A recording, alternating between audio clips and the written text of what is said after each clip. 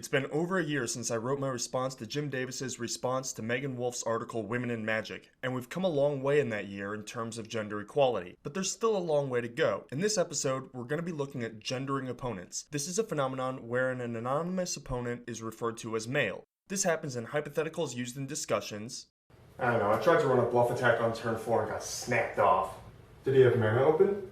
But is more prevalent in online play. Ugh, his draw is unreal.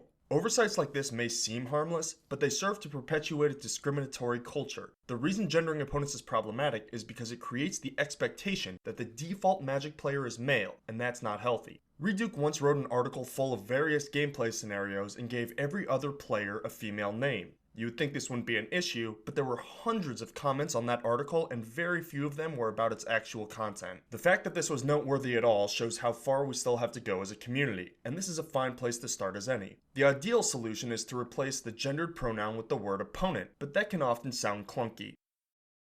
I don't know, I tried to run a bluff attack on turn 4 and got snapped off. Did your opponent have mana open? This opponent's draw is unreal.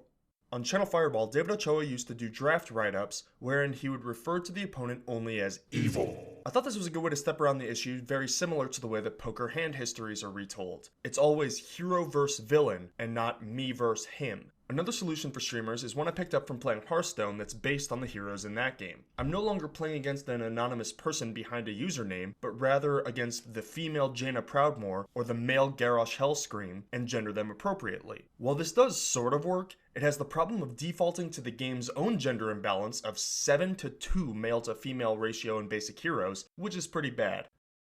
Not only that, but there are plenty of avatars on Magic Online that are not gendered at all, so that doesn't help much anyway. Not to mention the inherent problem in gendering opponents of excluding non-binary people who identify as neither male nor female. The only solution that is both concise and non-gendered is the adoption of the singular they. This is already being done in the mainstream. The singular they was the American Dialect Society's Word of the Year in 2015 and has been added to the style guide of the Washington Post among other publications.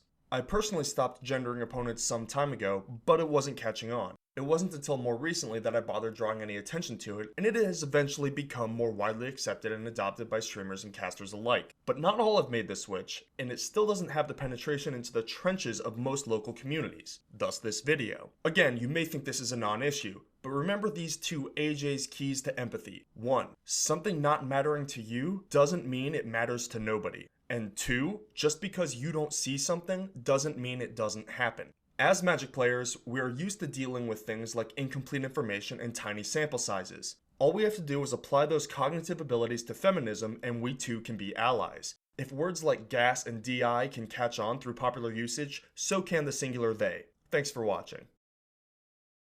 So that was the first episode of my new show Avant. I hope you enjoyed it. I wanted a shorter form medium where I could discuss things like Magic culture and history, current events, design, social issues like today, as well as do top X lists, maybe some comedy. So if any of that sounds of interest to you, make sure that you follow me on Twitter as well as check out newmontgaming.com for new episodes.